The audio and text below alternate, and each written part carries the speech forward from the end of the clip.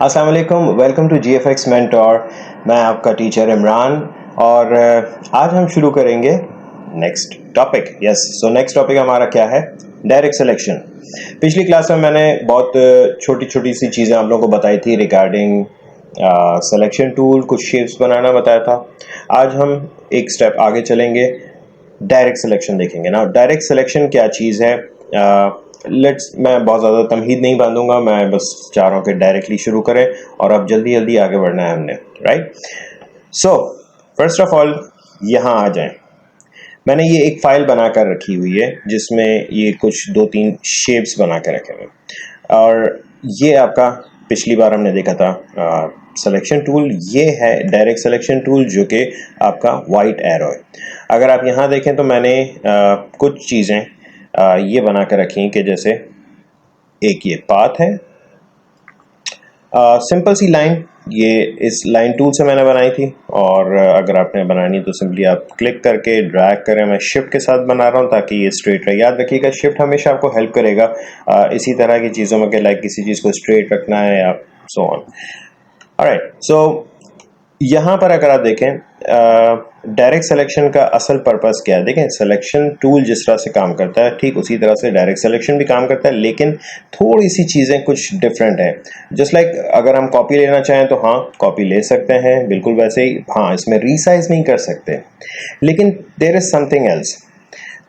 बार बार मैं इस बात का जिक्र कर रहा हूँ, लेकिन ये है क्या, पाथ क्या चीज़ होती है ये भी आपको मैं बताता चलूँ कि Illustrator is much more like geometry. आप लोगों ने पढ़ी होगी स्कूल में, और स्कूल में ज्योमेट्री में एक चीज़ पढ़ाई गई होगी आपको, line segment. Now line segment क्या चीज़ होती है?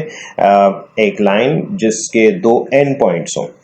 सो हमारे यहाँ पर ये एक परफेक्ट एग्जाम्पल है लाइन सेगमेंट की, और जो 2 एंड पॉइंट्स थे वो भी यहाँ पर मौजूद हैं। अगर मैं इसको सेलेक्ट करूँ और गौर से देखें कि यहाँ पर थोड़ा सा एक ब्लू डॉट आप लोगों को दिख रहा है ना। ये ब्लू डॉट जो है ये वही एंड पॉइंट है, और यहाँ इलस्ट्रेटर में हम इसे कहते हैं एंकर पॉइंट। Anchor point. और ये जो लाइन है, अगर मैं इसमें से स्ट्रोक का कलर भी हटा दूं ना, ये कलर्स हटेंगे किस तरह से आप देखें। इस वक्त करंटली इसमें फिल नहीं है कोई, कैसे नहीं है वो मैं बाद में बताता हूँ, लेकिन यहाँ देखें इस वक्त स्ट्रोक में ब्लैक कलर है जो कि मैं यहाँ से इस बटन से क्लिक करके नन कर रहा हूँ। सो जब मैंने इसका फिल और स्ट्रोक दोनों ऑफ कर दिया तो अब आप जो देख सकते हैं ये एक ब्लू पतली सी बारीक सी लाइन, ये कहलाती है पाथ। और इसी पाथ से तमाम वेक्टर ग्राफिक्स बन रही होती हैं। अच्छा, ये जो लाइन सेगमेंट जो मैं बात कर रहा था उसके 2 एंड पॉइंट्स ये रहे आपके एंकर पॉइंट, और ये कहलाती है पाथ। सी अगर मैंने व्यू में, याद रखिएगा जाकर के एक चीज़ चेक कर लीजिए कि आपके स्मार्ट गाइड्स ऑन हों, यहाँ पे ये चेक लगा होना चाहिए, जिसकी मदद से ये होता है कि इलस्ट्रेटर आपको कंटिन्यूस गाइड करता रहता है कि आपके कर्सर के पास क्या चीज़ है और आपका कर्सर कहाँ चल रहा है। सो अगर मैं इसके ऊपर अपना कर्सर लाता हूँ तो यहाँ पे देखें पाथ लिखा हुआ आ रहा है बहुत छोटा सा, और अगर इसके ऊपर मैं लेकर आता हूँ तो लिखा हुआ आ रहा है एंकर। ये एंकर हैं आपके असल एंकर पॉइंट्स, जिसकी वजह से आपको कोई भी शेप किसी पर्टिकुलर शेप में रह रहा होता है। फॉर एग्जाम्पल, अच्छा एक और बात, एंकर किसे कहते हैं? अंग्रेजी ज़बान में एंकर कहते हैं लंगर को। जैसे जहाज़ का लंगर होता है, वो उस जहाज़ को उस जगह रोक के रखता है, राइट? टीवी का भी एंकर होता है, जो एंकर पर्सन होता है वो आपकी ऑडियंस को, यानी कि टीवी जो देख रहे हैं उनको एक जगह रोक के रखता है, एक चैनल पे रोक के रखता है। ठीक उसी तरह से ये जो एंकर पॉइंट है हमारी इस पाथ को इस पर्टिकुलर जगह पर रोक के रखे हैं।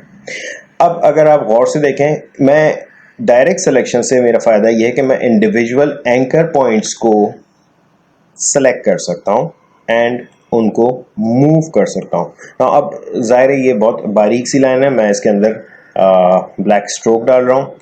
यहाँ नीचे अगर आप देखें तो यहाँ पर आपको स्ट्रोक का कलर दिख रहा है, ये यहाँ पर फिल आ जाए, स्ट्रोक आ जाएगा, स्ट्रोक का कलर, और इसकी मदद से आपको ये पूरी बात दिख रही है। सो असल पर्पस यहाँ पर डायरेक्ट सिलेक्शन का ये बताना था कि डायरेक्ट सिलेक्शन से आप इंडिविजुअल पॉइंट्स को सेलेक्ट करके उनकी पोजीशन चेंज कर सकते हैं, जिसकी वजह से आपकी देखें पाथ की डायरेक्शन पूरी चेंज हो चुकी है। ठीक है ना। अब इसी तरह से अगर हम आके देखें नीचे किसी शेप में, अब मिसाल के तौर पर ये आपके पास एक स्क्वायर बना हुआ है। इस स्क्वायर पे अगर आप जूम करके देखें तो ये एंकर पॉइंट है।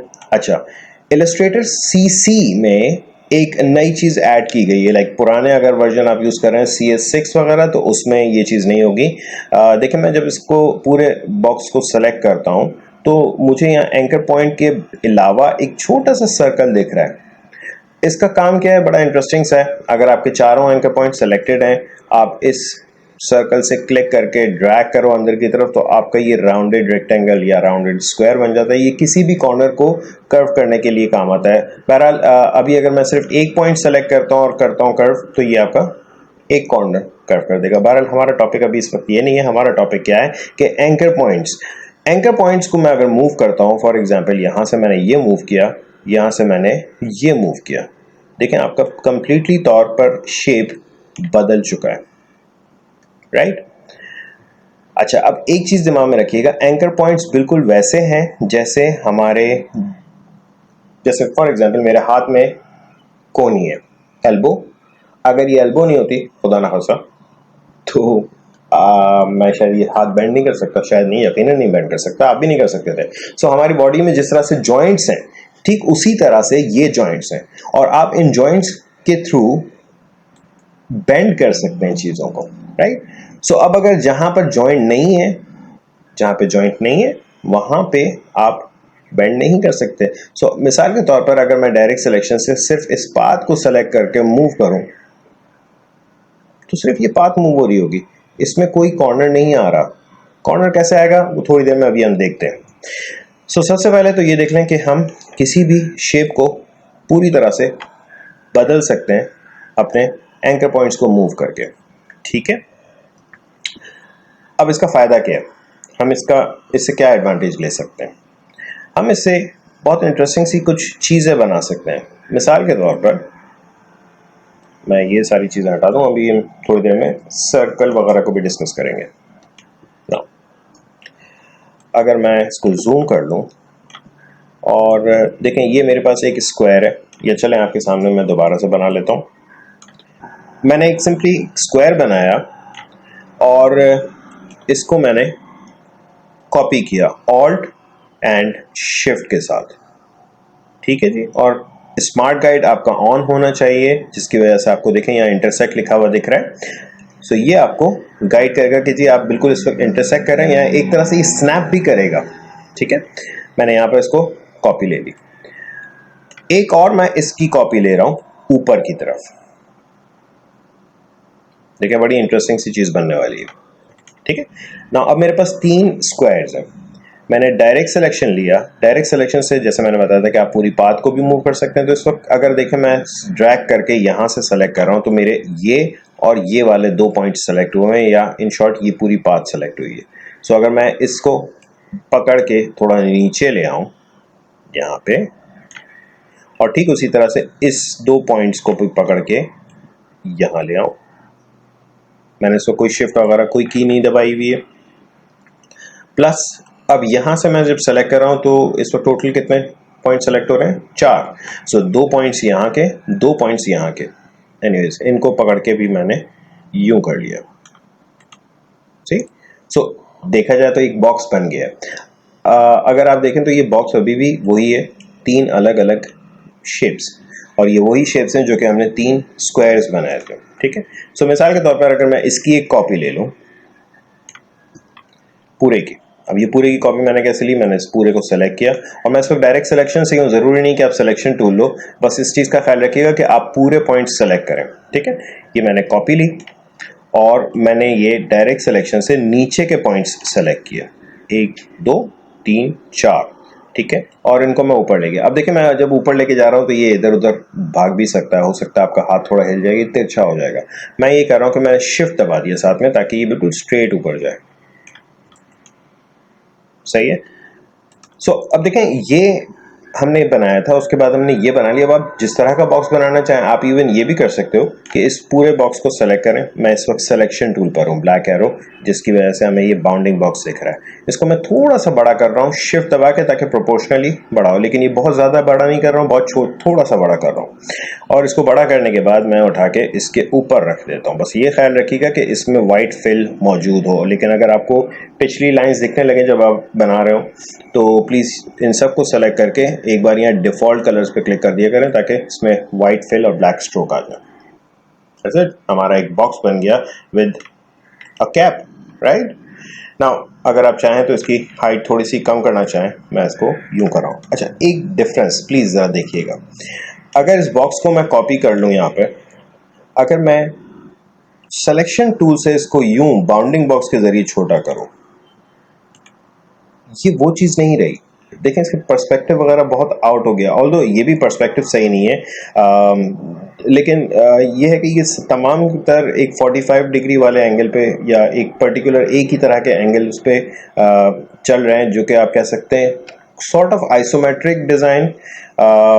रियल पर्सपेक्टिव में थोड़ा सा डिफरेंस आता है, लेकिन अभी के लिए हम आइसोमेट्रिक ही चला रहे हैं। एक्चुअली ये आइसोमेट्रिक के करीब करीब है। सो प्लीज़ इस तरह से छोटा मत कीजिएगा।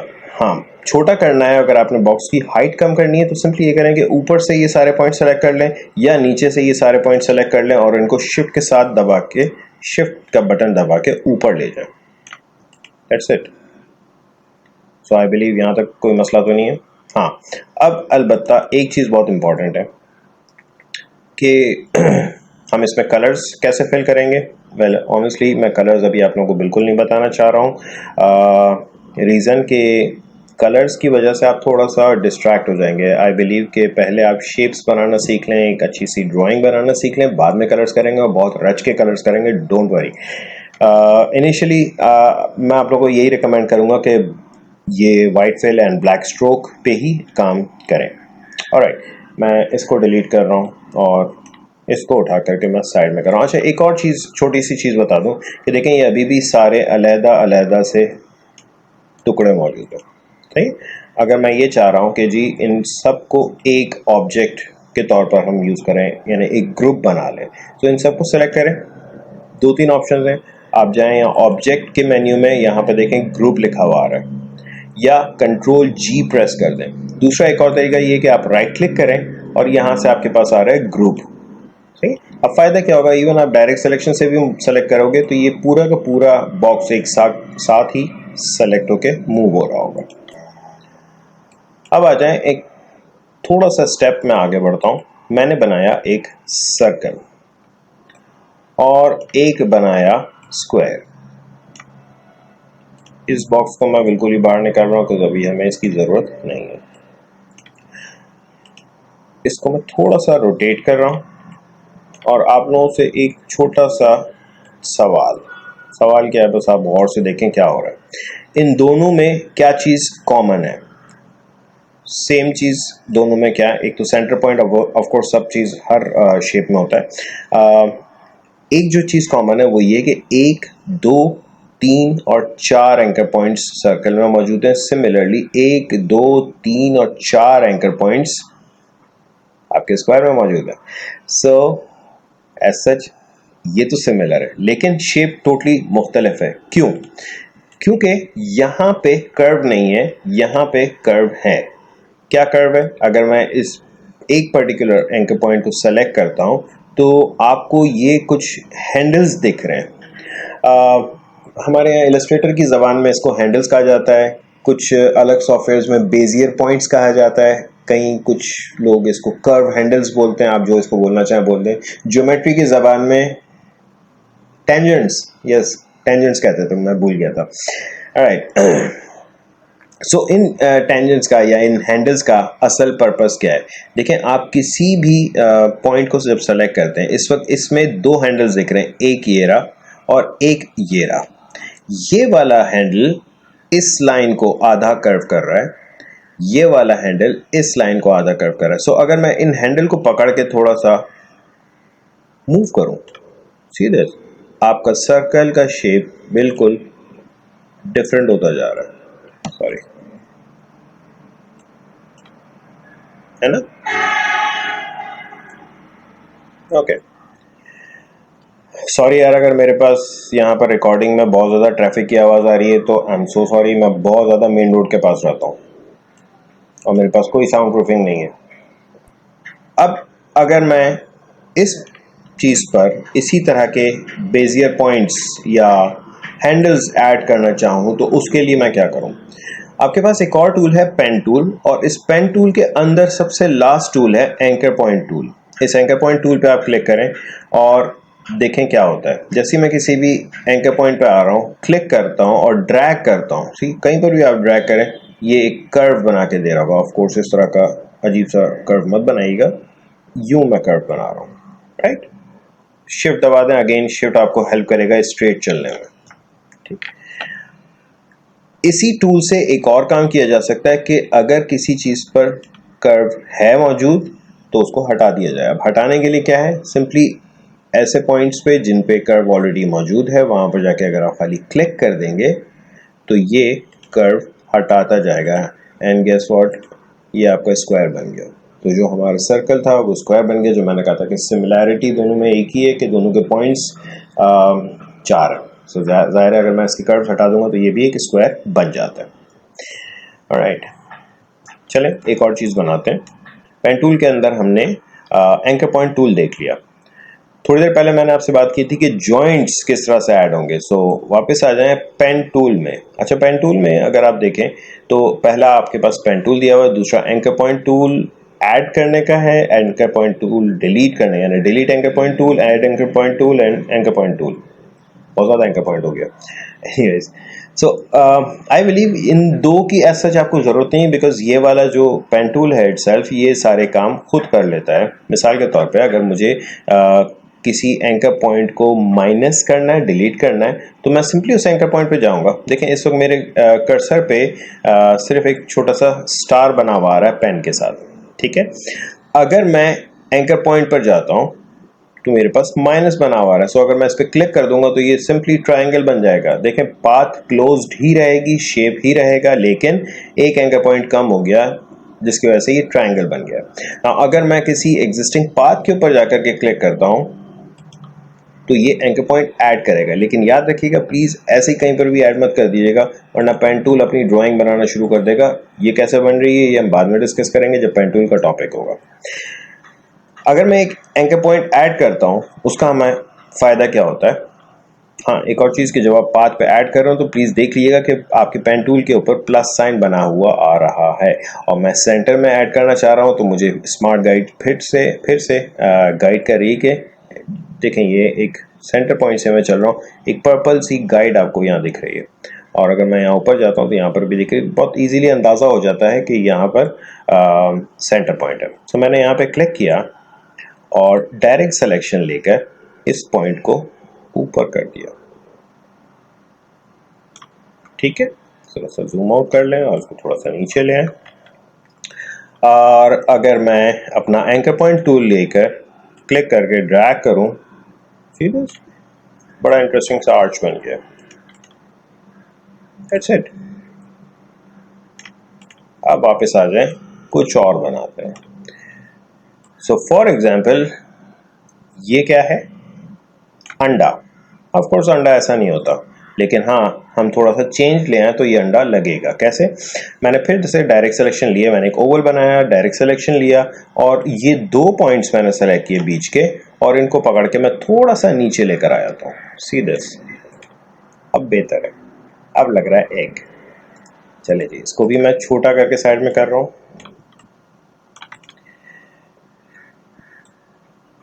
एक और मैं ओवल बना रहा हूँ और इस बार मैं बनाना चाह रहा हूँ मैंगो, आम। आम का वैसे भी सीजन आ रहा है यार, अभी तक के पता नहीं अच्छे मिले तो नहीं मुझे। ऑलराइट, मैं पहला काम ये कर रहा हूँ कि डायरेक्ट सिलेक्शन से ये ऊपर वाला पॉइंट सेलेक्ट किया, इस हैंडल को पकड़ के थोड़ा सा बाहर की तरफ निकाला, मुझे ऊपर से थोड़ा सा ब्रॉड यानी चौड़ा करना है और थोड़ा सा इसको भी। इस पॉइंट को सेलेक्ट करके कर्व थोड़ा सा यूं कर दिया टिल्ट और इस पॉइंट को थोड़ा सा अंदर ले आया, राइट। और इस पॉइंट को पकड़ के थोड़ा सा ऊपर ले जाओ, ये आपका बन गया मैंगो शेप। अब जाहिर है यार ये बहुत थोड़ा सा चौड़ा है, अगर आप चाहें तो पतला कर सकते हैं, चाहें तो ये कर्व और ज़्यादा कर सकते हैं। हमारे यहाँ ठेलों पे हर डिज़ाइन का आम होता है, लेकिन प्लीज़ कोशिश कीजिएगा कि जो एक आइडियल शेप होता है आम का वो लगे, राइट। और याद रखिएगा कि हम कोई बहुत बड़ी डिटेल ग्राफिक्स नहीं बना रहे हैं, it is just a start. आज हमारी दूसरी क्लास है, तो हल्का हाथ रखें, धीरे धीरे हम बहुत सारी चीज़ें बनाएंगे। मैं एक और ओवल बना रहा हूँ और इसके साथ मैं ये कर रहा हूँ कि वही एंकर पॉइंट टूल ले रहा हूँ जो पेन टूल में लास्ट वाला टूल था। मैंने यहाँ पे क्लिक किया और यहाँ पे क्लिक किया, तो एक बहुत ही अजीब सा अकड़ा हुआ सा पत्ता भी बन गया, और इसको मैं थोड़ा सा रोटेट करके यहाँ पे रख देता हूँ। ना ये कुछ बहुत आसान सी चीज़ें हैं जिसकी आप प्रैक्टिस कर सकते हैं। एंड आप इसी डायरेक्ट सिलेक्शन से, आप देखें मैंने कोई चीज़ पेन टूल से या पेंसिल से कोई चीज़ नहीं बनाई है, मैंने सिर्फ बेसिक शेप्स लेकर के उसको थोड़ा सा मॉडिफाई किया डायरेक्ट सिलेक्शन की मदद से, एंड आपके सामने कुछ इंटरेस्टिंग सी चीज़ें बनना शुरू हो गई हैं। नाउ एक स्टेप फर्दर आगे चलते हैं। याद रखिएगा कि जो मैं चीज़ें बना रहा हूँ ये बड़ी कार्टूनिश सी हैं, कोई चीज़ रियलिस्टिक नहीं है। सो प्लीज़ इस चीज़ को क्लेम मत कीजिएगा कि सर बहुत ही बचकाना सी चीज़ें बना रहे हैं। हाँ भाई, बचकाना सी चीज़ें बना रहा हूँ आप लोगों के लिए, या स्पेशली उनके लिए जो बिल्कुल अभी स्टार्ट कर रहे हैं, बिगनर्स हैं, ठीक है। Let's make something else. ये है एक अदद ग्रेप, अंगूर, अजीब सा है आई नो। इसके अंदर मुझे एक छोटी सी स्टिक लगानी है। अब वो स्टिक बनाने के लिए मैं जल्दी से एक हेल्प ले रहा हूँ। यहाँ किस चीज़ की लूँ, ये रहा लाइन सेगमेंट टूल के अंदर ही एक आर्क टूल है। ये बहुत छोटा सा टूल है, इसको अगर आप ड्रैग करें तो यूँ देखें इस तरह से ये आर्क्स बना के दे रहा होता है। मैंने इसमें से सिंपली एक छोटा सा आर्क बनाया और मैंने अपने सिलेक्शन टूल से उठा करके इसके बाद रख दिया। आप चाहें तो इसको थोड़ा सा रोटेट करके रख लें, चाहे जैसे भी रखना चाहें, आपकी मर्जी, ठीक है। ओके, एंड आई थिंक ये बहुत बड़ा है, इसको मैं थोड़ा सा छोटा कर रहा हूँ। एक और छोटा सा काम कर ले, मैं अगेन जूम कर रहा हूँ उसको थोड़ा और एक सर्कल छोटा सा यहाँ भी बना रहा हूँ, ठीक, ओके। और इन सबको मैं कर रहा हूँ ग्रुप, ताकि ये पूरा एक साथ ही रहे, राइट। वैसे पता नहीं ग्रेप से ज़्यादा ऑलिव लग रहा है मुझे। एनीवेज चला लें, थोड़ी देर के लिए चला लें यार इसको। मैंने इसकी कॉपी ली और इसको थोड़ा सा रोटेट यूँ किया, एक और कॉपी ली, इसको थोड़ा सा रोटेट यूँ किया, एंड इन तीनों को मैंने एक साथ रख दिया।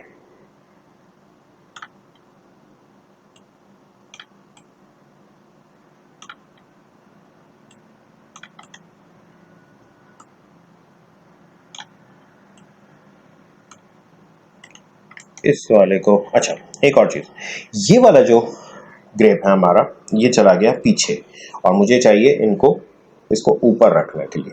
सो इसको ऊपर लाने के लिए बड़ा सिंपल सा सोल्यूशन है, इसको सेलेक्ट करें, राइट क्लिक करें, एंड आपके पास यहाँ पर आ रहा है अरेंज। अच्छा, अरेंज आपके पास देखें 4 ऑप्शंस है, bring to front, bring forward, send backward and send to back. ये वाला जो है सेंड टू बैक, ये सबसे पीछे भेजने के लिए, ब्रिंग टू फ्रंट सबसे आगे, और ब्रिंग फॉरवर्ड आगे लाएगा लेकिन एक स्टेप। सो फॉर एग्जांपल इस वक्त ये 2 ग्रेप्स के पीछे है, अगर मैं इस पे राइट क्लिक करके सेलेक्ट करके राइट क्लिक करके अरेंज कर रहा हूँ ब्रिंग फॉरवर्ड, तो ये एक के ऊपर आया, ठीक है। मैं अंडू कर रहा हूँ दोबारा, और इसको मैंने सेलेक्ट करके राइट क्लिक करके अरेंज किया एंड ब्रिंग टू फ्रंट कर रहा हूँ, इस बार ये सबसे टॉप पर आ जाएगा। That's it, alright. सो अच्छा तो इसको थोड़ा सा और एडजस्ट करना। एनीवेज, इस पूरे को मैंने ग्रुप किया और इस पूरे को मैं अगेन रोटेट कर रहा हूँ, और इसको भी मैं रोटेट कर रहा हूँ। मैं एक तरह से पूरा बंच बनाना चाह रहा हूँ ग्रेप्स का, ठीक, ऑलराइट। थोड़ा हल्का फुल्का सा बंच है, इतना ज़्यादा वो भारी नहीं है। मैंने इस पूरे बंच की एक कॉपी ली, कंट्रोल जी कर लें, कंट्रोल जी, आई होप सबको याद है, ग्रुप, ठीक है। ये मुझे इसको कहाँ लेके जाना है, अरेंज सेंड टू बैक, और इसको मैं थोड़ा सा कर रहा हूँ छोटा।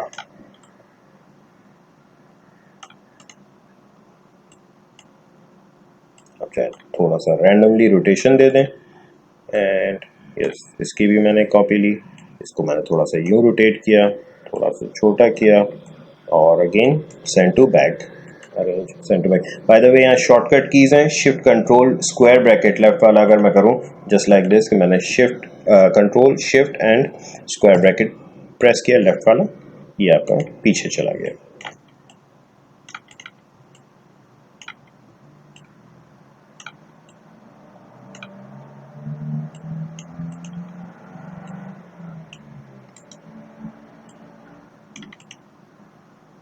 That's it.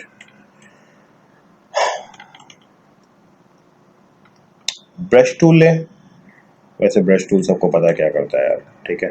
तो ब्रश टूल लेके ये बना लें। वाह, सो हमने एक मैंगो बना लिया, हमने ग्रेप्स बना ली, अजीब से आई नो, एक एग यानी अंडा, एक बॉक्स। आई थिंक आज के लिए इतना काफ़ी है। एक बात याद रखिएगा कि इन सब चीज़ों की प्रैक्टिस आप लोगों को करना बहुत ज़रूरी है अगर आप न्यू हैं, एंड अगर आपके पास कुछ सवालात हैं तो प्लीज़ नीचे कमेंट्स में ज़रूर मुझसे पूछिएगा, आपके लिए हेल्पफुल रहेगा।